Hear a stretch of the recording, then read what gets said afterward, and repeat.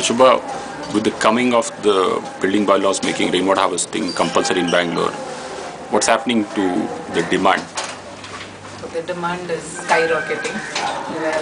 Our phone in the office, as well as the other numbers that we've given, individual cell phones, what's spreading by word of mouth, neighbors are telling each other, as well as articles in the newspaper and handouts from the BWSSB, all of that has spurred demand very greatly. There's a whole number of requests that we are getting for rainwater harvesting.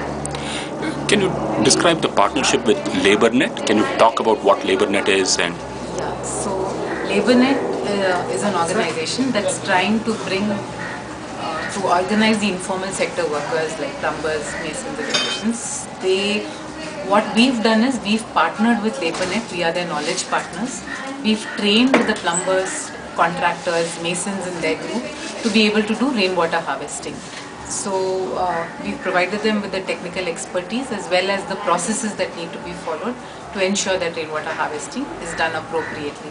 So for houses which are built on independent plots, LaborNet is currently the contractor that takes up the job and takes it up on a turnkey process, does the survey, gives them an estimate, and then actually goes ahead and implements it. Biome is their knowledge partner. it will be quite a challenge for LaborNet to build up the skills of its workforce. That's true. But one thing is, rainwater harvesting in a way is if you have a plumber, mason with their basic skills already in place, the additional skill set that they need to have to implement rainwater harvesting can be gotten fairly easily. So we've actually worked with them to build a training video and an entire training module that ensures that the training happens appropriately. We also then supervise or to some extent handhold them to make sure that the job is done appropriately. And it's good that LaborNet also provides ancillary services like that of carpenters, electricians. Right. So this is embedded in the overall formal structure of delivery of services to the city. Right. So they also provide maids and chauffeur, drivers, the entire gamut of services that people provide. LaborNet these are provided as value-added services where they're trying to even do something about solid waste management, how it can be done in an apartment. Rainwater harvesting also comes under this set of value-added services. And the big rainwater harvesting projects like the one at RB College of Engineering or at Accept Society. Yeah. Interesting. Funds coming from KPMG? Right. So these are projects that have been sponsored by KPMG under the CSR initiative.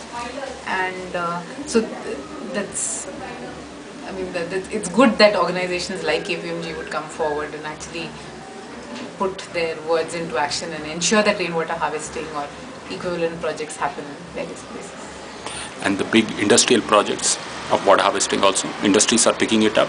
Yeah, industries starting from manufacturing industries like some that we've done in Tumkur to software companies. So all the industries or software manufacturing, other management consulting companies. So everybody is trying to do their bit towards rainwater harvesting to ensure that they are either recharging or storing as much of the water that they can.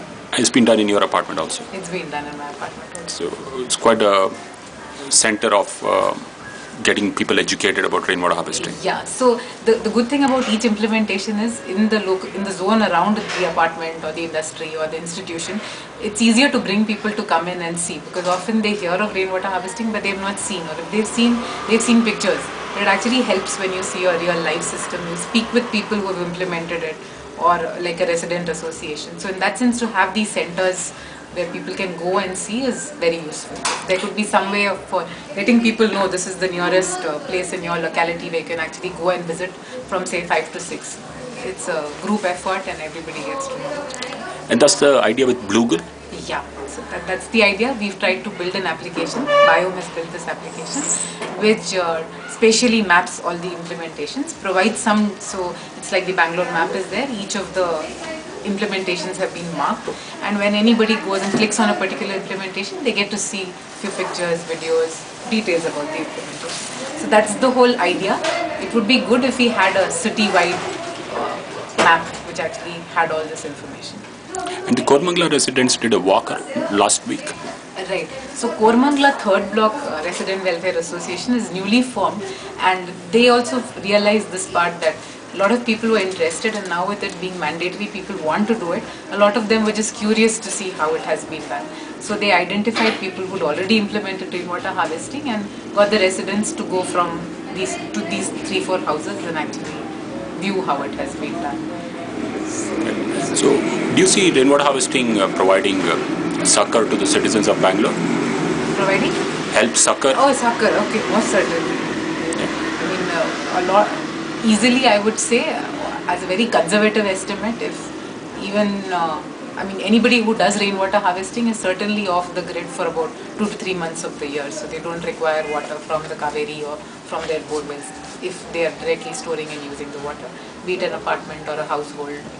So there is certainly relief. So at least 25% of the city's 25% of the city, yeah. Requirement can come. Especially, once the entire city does it, of course the percentages would go still higher with more recharge happening, and over the years the benefits would